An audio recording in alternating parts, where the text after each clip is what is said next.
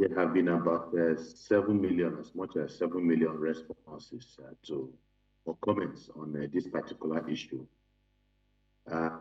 Obviously, not everybody making those comments from Lagos State, but if you're going to look at it in terms of numbers, 7 million might represent about 25% of the citizens of Lagos, though they are not exactly citizens of Lagos, all of them. And so that tells you that it is something that is of very serious interest to people generally.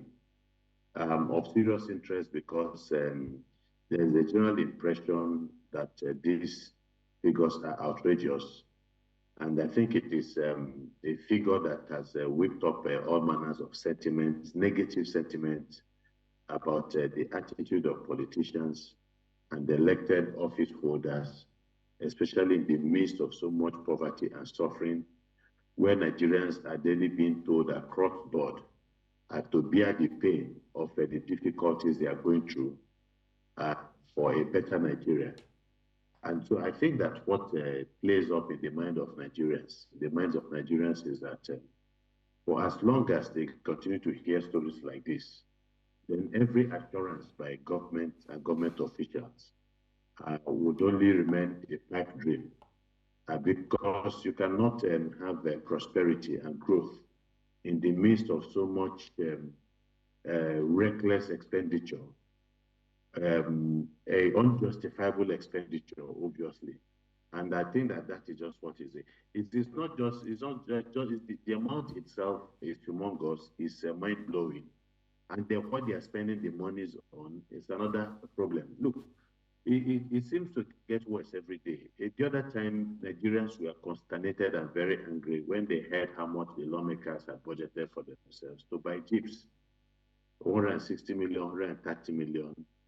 And then not long after that revelation came out, they were told about a yacht that was going to be bought by the presidency, or for the presidency, and then about 1.5 billion, 1.5 billion naira being budgeted for the office of the First Lady for the purchases again of vehicles. Of course, an office that is unknown to the Constitution.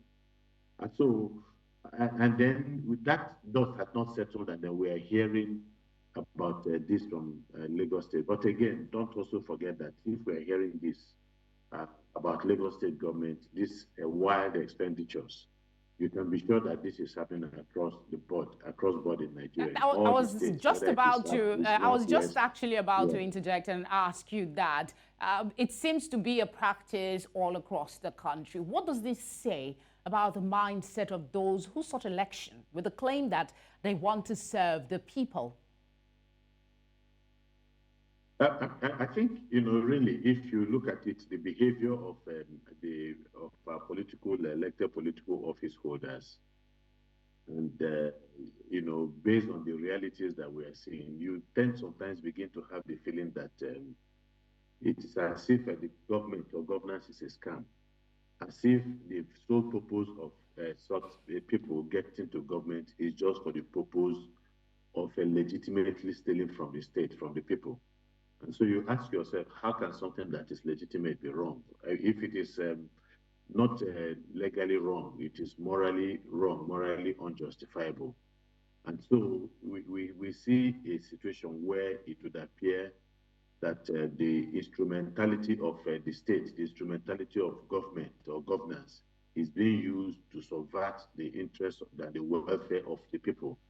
And so in a very terrible manner. And I think that that's what we are seeing. And you see, the reason why we can confidently say that what is happening in Lagos State is happening in other states of the country is essentially because there is nothing that we have seen that makes the politician in the Southeast different from those in the Northwest or the Southwest or the Northeast or South or any other part of the country, the Middle Belt, North Central. They are essentially the same set of people, the same mindset, and the same lack of patriotism and lack of commitment to the welfare of their citizens.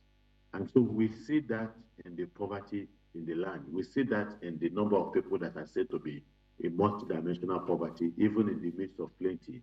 And so you're talking about over 150 million Nigerians in multidimensional poverty right now, because by the time it came out about two years ago, it was about 133 million Nigerians.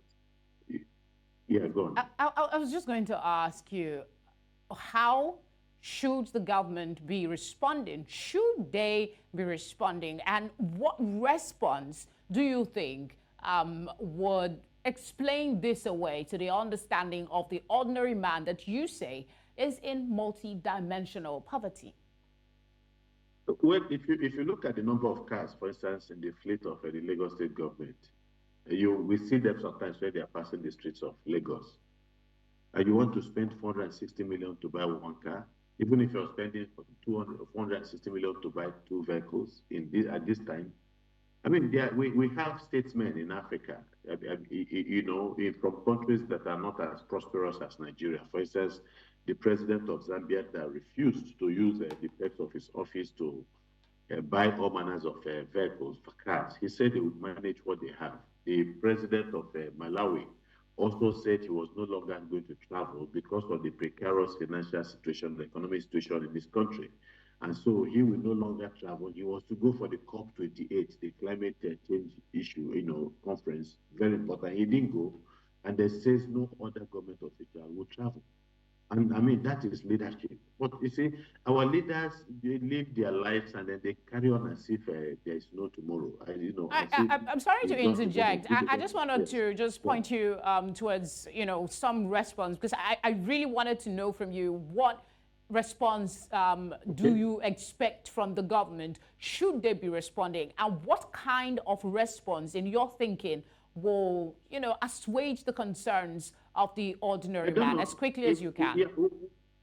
Yeah, well, they have to respond. They have to respond because people are worried, people are angry, people are disappointed with what is happening, and people are beginning to have the impression that what the government, political office holders are doing is just looting the treasury of the government, of monies that belong to the people. So they have to respond and respond fast. Well, how they are going to, you know, explain away issues of, 7.5 million naira worth of perfumes, how they are going to explain away millions of naira, a billion, 2 billion naira for rechargeable lamps. What kind of rechargeable lamps? If you're going to buy all of these things in very large quantities, obviously the prices are going to be amazingly much lower than if you are going to buy retail. And then again, what is the justification of all of those things? Why rechargeable lamp in the first place? Don't they have generators? Don't they run, you know, it's not for government offices. Are you saying that when NEPA, for instance, strikes and they take light, they don't power the generators for government houses? Then again, so much money being budgeted for diesel. And so then what do you need the rechargeable lamps for? And if it's rechargeable lamps, how many rechargeable lamps? And some of the other things, the refrigerators that are available already, what has happened to them? Were they not in good condition all this while? So that they are all broken down. So they need to be able to explain, and I think it is going to be a hard sell to the people of Lagos State.